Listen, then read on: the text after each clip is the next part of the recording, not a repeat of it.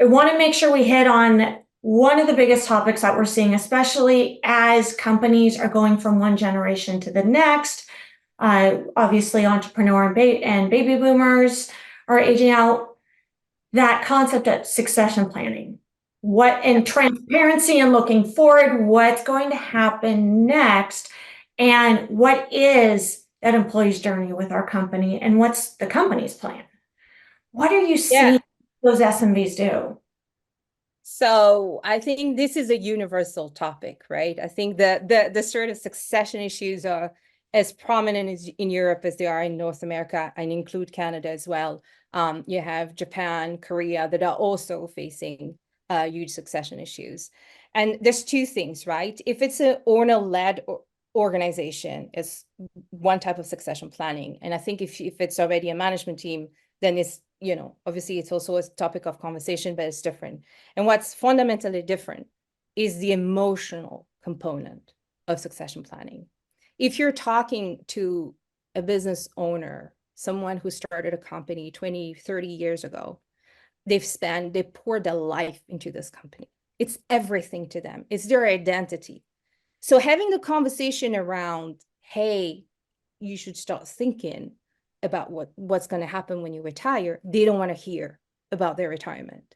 It's a topic they do not want to hear, right? Because it questions not only the practical aspect of handing over your company or finding a successor within your company, but it's also like, what will my identity as a person be when I'm not the CEO or the owner of the company anymore?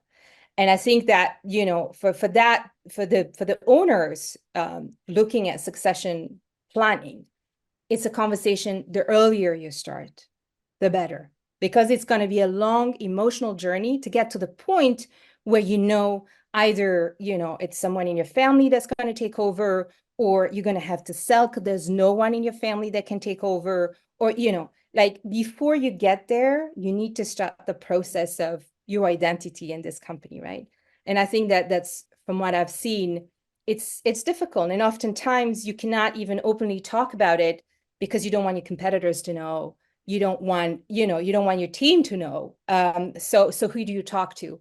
And in Europe, there are a lot of advisors that specialize in starting these conversations very discreetly. So what are the options? And one of the most common thing that sparked this discussion and then just reflection is to mean an owner that has sold their business or gone through that succession planning and handover of their business and removing themselves from operations.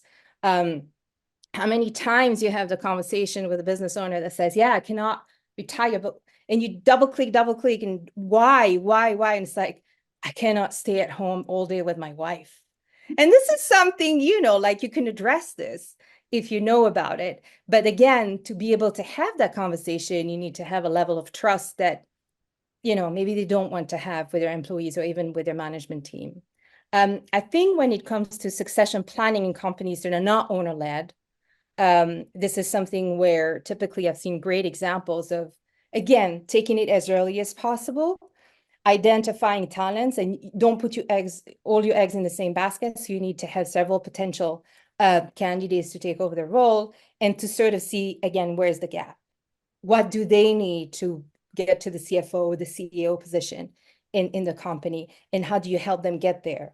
There's a great example of a CEO of a company who's who sees himself for another 5 years at the realm of this company, and he already hired someone very young, and he's going to spend the next 5 years mentoring that person up to the point where this person will be able to take over the CEO position. And I think to have that level of integrity as a CEO, it's rare, but it's very important, because then you ensure the legacy of your business, you ensure the legacy of what you've built in the past, 30 years, and you ensure that it lives on. So I think, again, and he's quite transparent the way he's doing it. So the person is integrated into a managerial role and will slowly grow, and he's sort of like open that this person is, the future CEO, and he's being mentored into the role across the next 5 years.